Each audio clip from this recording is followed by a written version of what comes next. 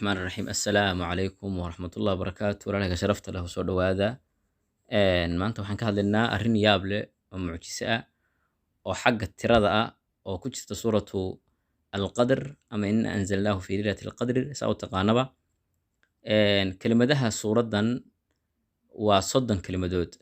Suuraddan waxay kooban tahay 30 kelimadood. 30 kelimadood xuruufta ku jirta suuraddan waa 114 xaraf.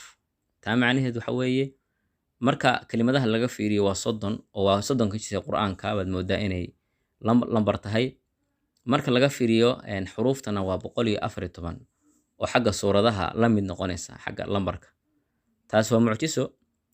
mucjiso kale teen u soconayna ay tahay ama ujeedkeena aynu u duubaynay videogan waxa weeye lambarka 27 ee kelimada ku beegan hiya, yani kelimadaha marka la tirinayo lambarka ku beegan hiya oo ah habeenka Laylatul Qadriga la tilmaamayo lambarkeedu waa 27.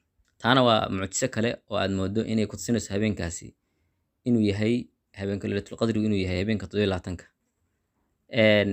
si kale mucjiso kale marka laga fiiriyo alqadr 3 jeer bay ku soo noqotay suuraddan gudaheeda kelimada alqadr.